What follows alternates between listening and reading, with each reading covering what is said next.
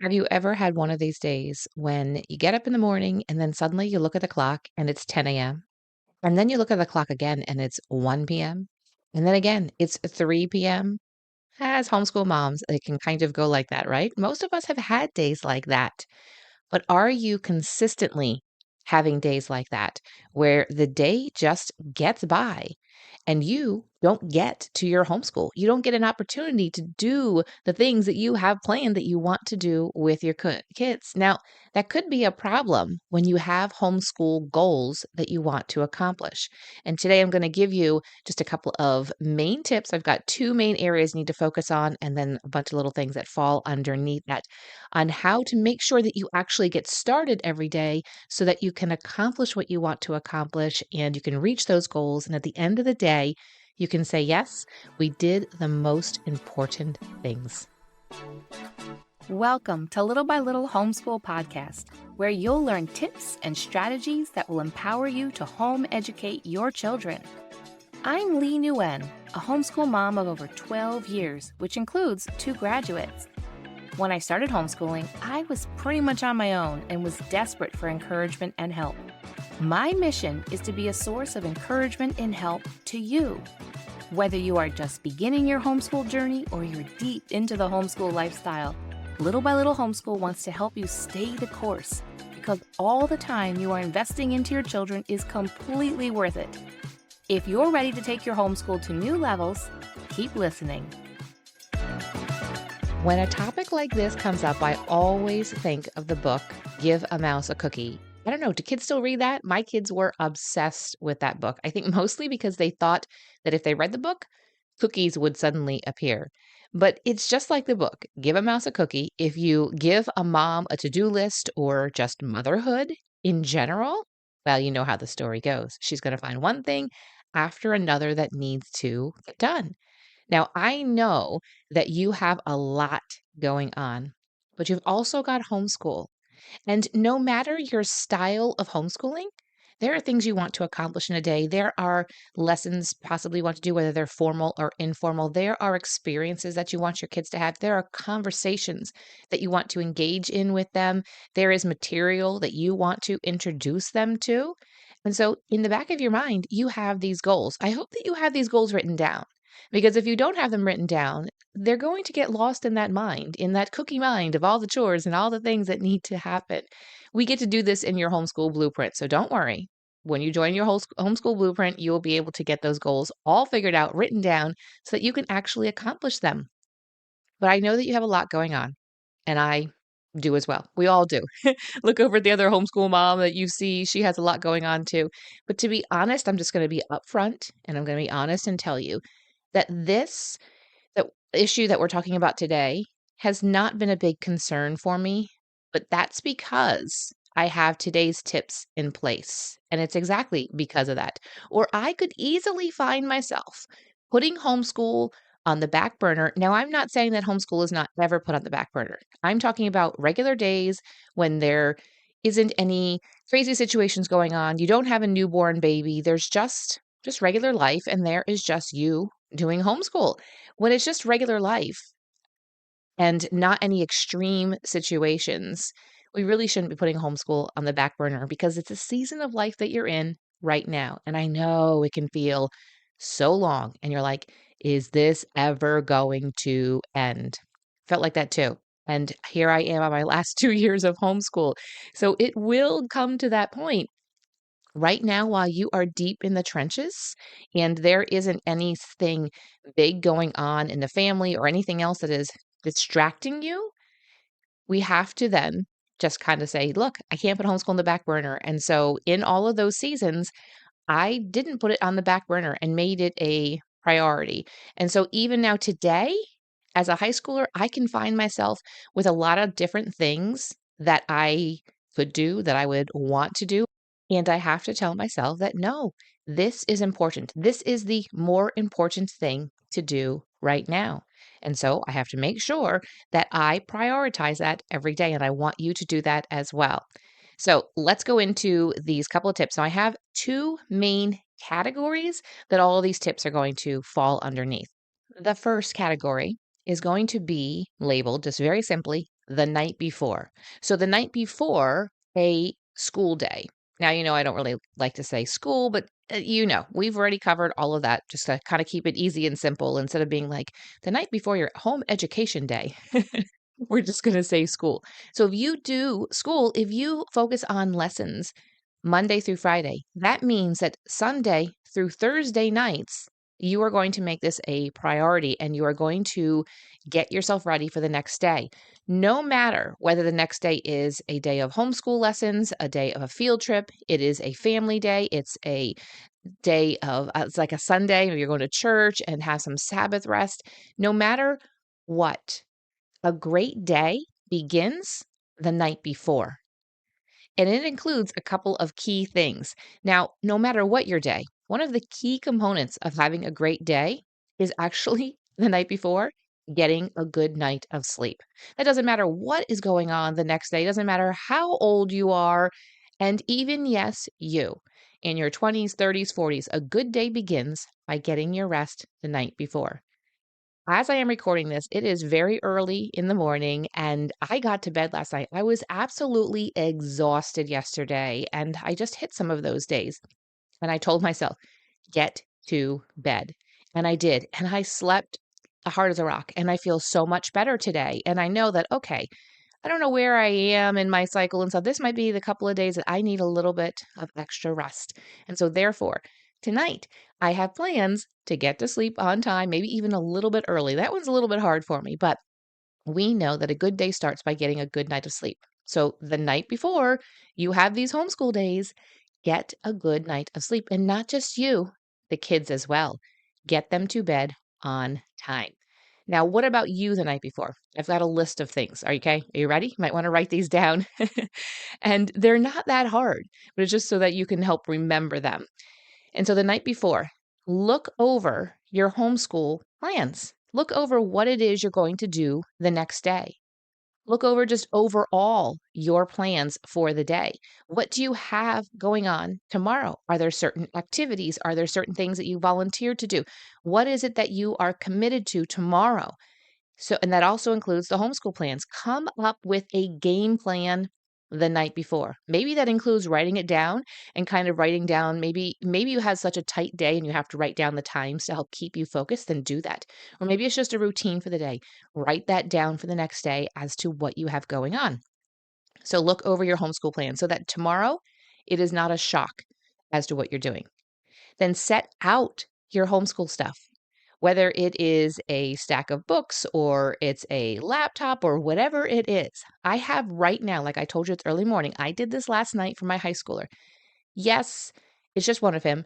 And the books and the things don't get very far. I remember when the kids were younger, things would grow legs during the day and they would kind of walk around the house.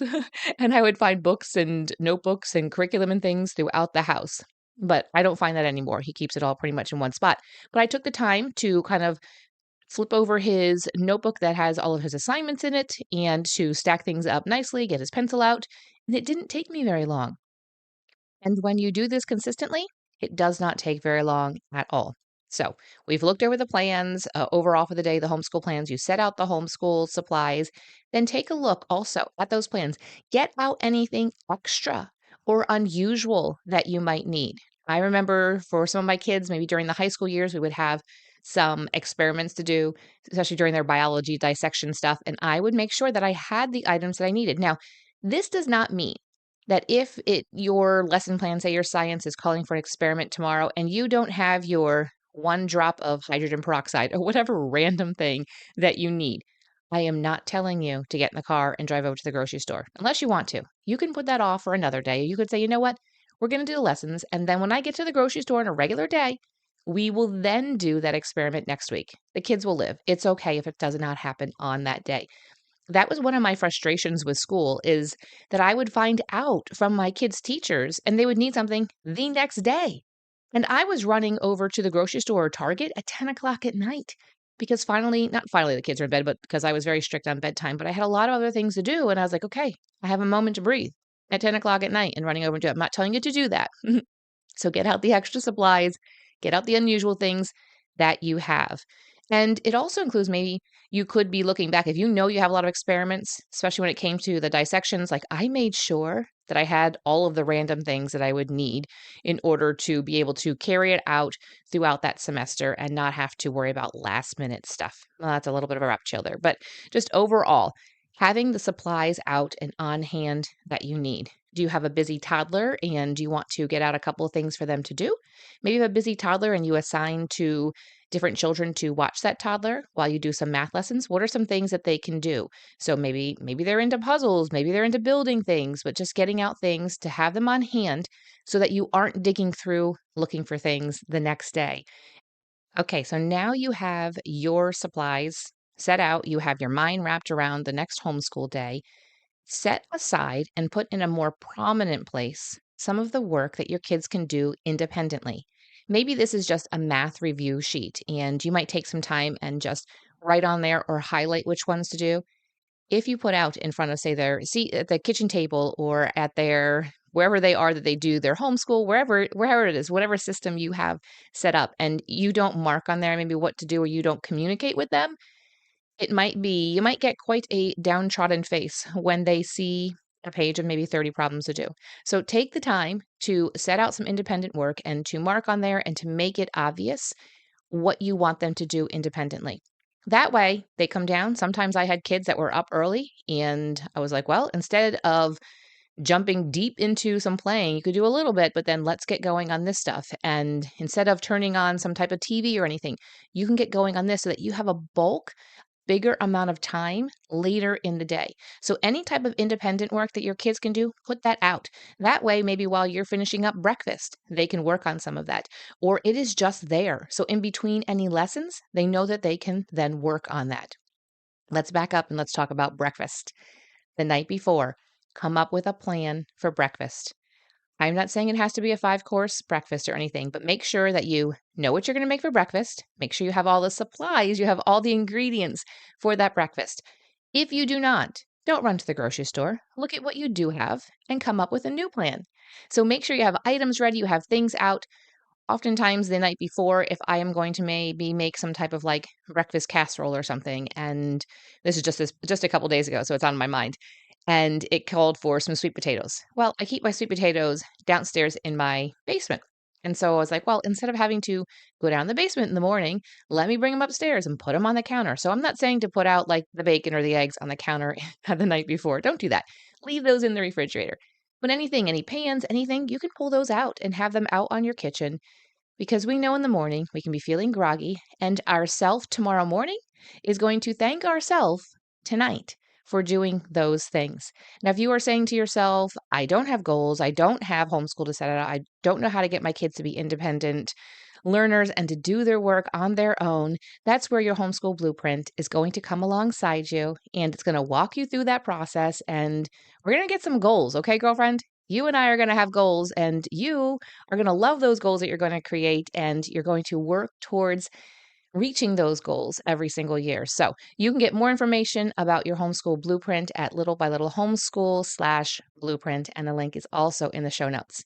Now let's jump to the other main category that I mentioned. The first main category is the night before. The second main category for you is the morning of, the day of the homeschool, the day that we're talking about. And this is when you carry through with the plans that you set into motion and that you set yourself up for the night before. Guess what? Right now, it's game day. You came up with the game plan last night. Now, this morning, it's game day. Here are a couple of main ideas I want to really impress upon you.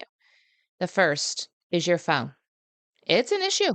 It's an issue for me. It's an issue for all of us. It's that dopamine hit. It's that desire to, not have FOMO, the fear of missing out on things and wanting to know information. And especially now in this day and age, when we can have so much access to information, we feel like we have to know everything. And so today is your homeschool day. You don't have to know everything right now. I promise you. If you want to take some time later on, then you can. But don't turn your phone on if you can keep it off. I'm a big, huge advocate of no phones in the bedroom. Use an old school clock. You can get them on Amazon. You can buy them at Walmart. You can get them at the dollar store. I don't know how reliable those are going to be, so you might want a battery backup, but get an old school clock and use that in your room so that you know what time it is. No phones. Your phone has been turned off and it is somewhere else. Even better yet, you have your Wi Fi turned off too. So in the morning, yeah, maybe your husband needs to get up and get going. He needs to turn the Wi-Fi on. I know my husband does. I'm like, I could go for without Wi-Fi for a few more hours, but he's got to get going and get to work, that kind of thing, so he can pay the bills. So don't turn your phone on if you can get away with not turning it on. I can often get away with that because I know that my husband has his phone on so that if there was an emergency, someone in the family, everybody knows his number. So if they can't reach me, they would then call him. So that's kind of like I'm like, okay, I feel good about that if I don't turn my phone on, but maybe you just need to have it on. Check it in the morning, that's fine. Set a time limit for it. Maybe you're like, I'm waiting for an email to come through or whatever it is. Set a time limit, maybe like 5 minutes, 10 minutes, 15 max. Set an alarm on your phone. Maybe make sure your kids know so they will remind you that you're on your phone too long. So set a time limit if you have to turn it on, knowing that once all your plans and you've carried through with things, then you can go ahead and if you want to spend a little time scrolling and you want a little time, doing games or puzzles or whatever it is on your phone, but set time limits for those as well. I'm huge into that. Okay, so we have either the phone off or we've done a time limit. And then when it is time to focus on your kids, breakfast, and homeschool, turn your notifications off at the very least for your phone. Very least, the notifications are turned off so that you aren't hearing dings, you aren't seeing flashes of light, so that you are not distracted. Right now, right in front of you, your kids, that is the most important thing. Not what is going on Twitter or I guess X, whatever it is, Instagram, Facebook, none of those things are more important than these beautiful, precious people sitting right in front of you and are ready for the day with you. And before we close out, I want to tell you the most important thing to accomplishing your homeschool goals, to doing the things that you have set out to do, is your attitude and your determination. Attitude and determination is what decides and determines success, no matter what it is. If you are determined, I mean, even sometimes your attitude doesn't really matter in all the things. So, say working out, you're determined to work out and to exercise and to get into better physical condition. Your determination is going to what is going to help that to be accomplished. Now, with homeschool, I don't think we should put aside the attitude completely because our kids can read our faces and our attitude is what determines the temperature, the feeling of our home and how the day is going to go. So, your attitude, having a pleasant attitude, having a positive attitude, and being determined is going to it's going to decide your success. So, decide that you are going to do what you know is the best use of your time in this season, and that is homeschooling and motherhood of your children. And at times, we just have to put our head down and just do the things we know we need to do. The world's gonna world. The fires are gonna fire and rage and everything around us in the world. But we, as Christian homeschool moms, just have to put our head down and be determined.